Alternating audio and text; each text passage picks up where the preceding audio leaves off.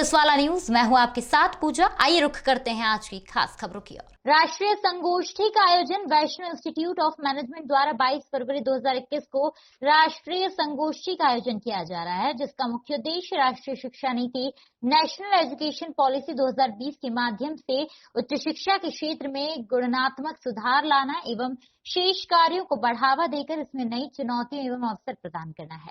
राष्ट्रीय संगोष्ठी में मुख्य अतिथि डॉक्टर रेणु जैन, कुलपति देवी अहिल्या विश्वविद्यालय इंदौर रहेगी। मुख्य वक्ता के रूप में डॉक्टर पी.के. सिंह, निदेशक भारतीय प्रबंधक संस्था तिरुचिरापल्ली तमिलनाडु के होंगे। कार्यक्रम की अध्यक्षता वैष्णव विद्यापीठ विश्वविद्यालय इंदौर के कुलपति श्री पुरुषोत्तम दास जी पारसी करेंगे एवं श्री वैष्णव विद्यापीठ महाविद्यालय एवं श्री वैष्णव विद्यापीठ विश्वविद्यालय के कुलपति डॉक्टर उपेंद्र धार विशेष अतिथि के रूप में राष्ट्रीय संगोष्ठी के दौरान उपस्थित रहेंगे।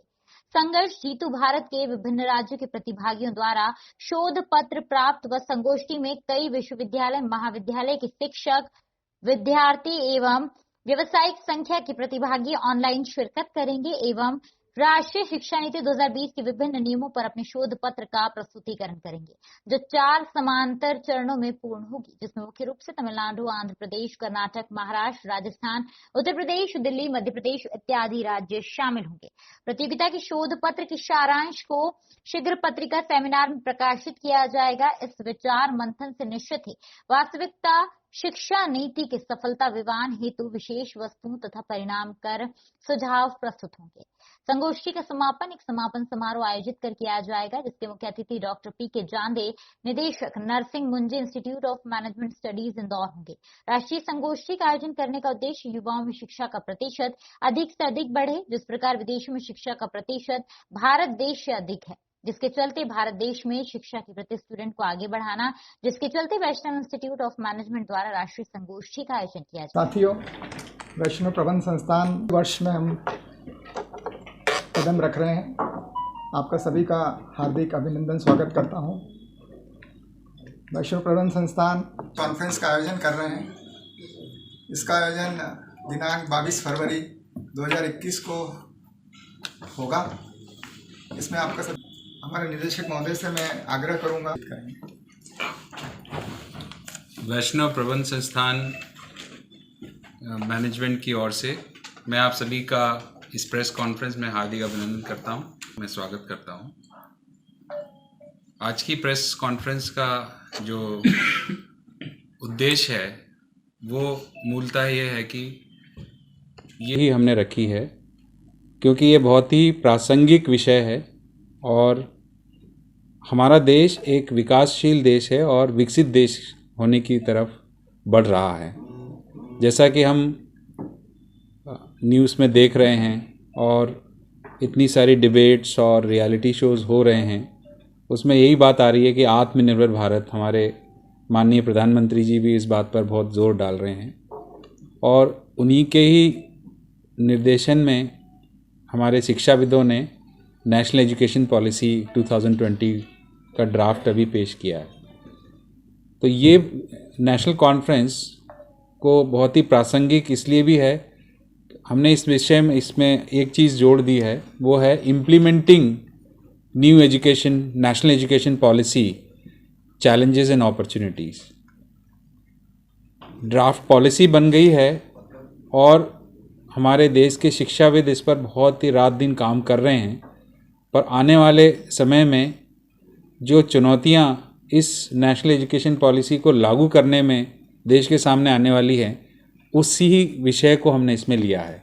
इम्प्लीमेंटेशन, ड्राफ्ट बन जाते हैं, पहले भी शिक्षा नीति बनी है, लेकिन उसका कितना ग्राउंड लेवल पर काम हो पाता है, इसके ऊपर रिसर्च होना बहुत ज़रूरी है, क्योंकि ये हमारे देश में जो युवा हैं, जो छात्रगण हैं, उनके भविष्य के लिए, उनके सार्वभौमिक विकास के लिए हायर एजुकेशन का जो महत्व है वो बहुत अधिक होता है।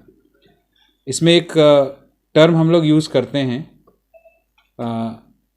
Gross enrolment ratio.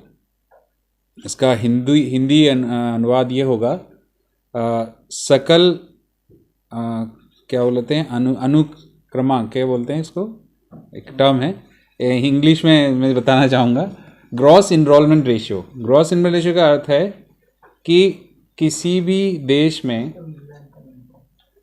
शिक्षा को ग्रहण करने के लिए कितने बच्चों ने, चाहे वो प्राइमरी एजुकेशन हो चाहे वो हायर एजुकेशन है, उस स्कूल में दाखिला लिया है। जो ग्रॉस इनरोलमेंट रेशियो, तो हमारी स्थिति बहुत अच्छी नहीं है।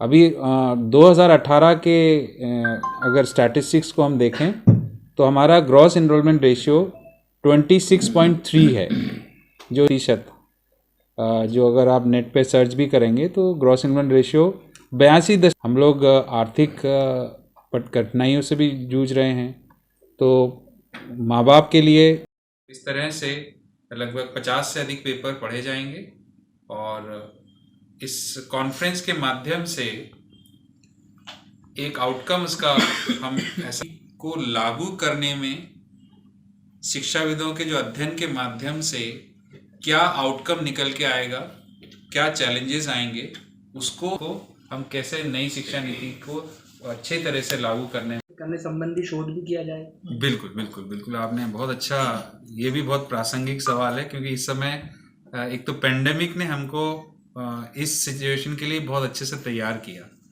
मैं और संस्था की बात तो नहीं करूंगा, मैं अपनी संस्था की बता रहा हूँ। पेंडेमिक 23 तारीख को प्रधानमंत्री जी ने लॉकडाउन का अनाउंसमेंट किया। हम 23 तारीख से ही हमारी जो कोर कमेटी यहाँ बैठी हुई हैं, इन सब ने मिल के हमने कहा अब ये पेंडेमिक तो आ गया है, बच्चों की पढ़ाई नहीं रुकनी चाहिए।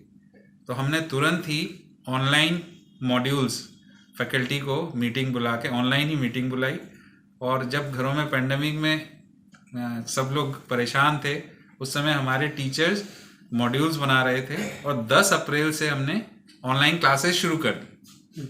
और हर टीचर ने अपने क्लास के बच्चे से बात की, बिल्कुल आप परेशान नहीं होना, हम आपको पूरा कोर्स कराएंगे और कोई भी आर्थिक परेशानी, मानसिक परेशानी भी आ रही है तो हम संस्था आपको सहयोग करेगी। उसका परिणाम ये रहा, किसी भी बच्चे की किसी प्रकार की पढ़ाई से रिलेटेड या उनके परिवार से संबंधित कोई समस्या थी, वो हमारी संस्था ने उसको सुना और उनकी समस्याओं का समाधान किया।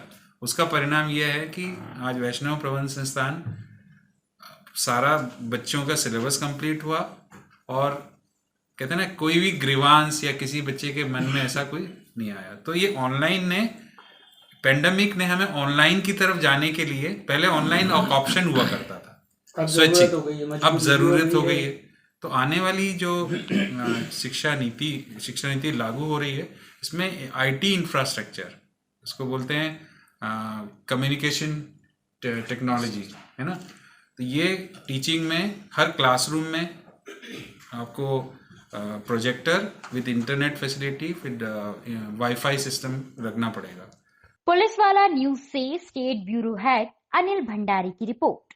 फिलहाल अभी के लिए बस इतना ही। लगातार खबरों के लिए आप देखते रहिए पुलिसवाला न्यूज। नमस्कार।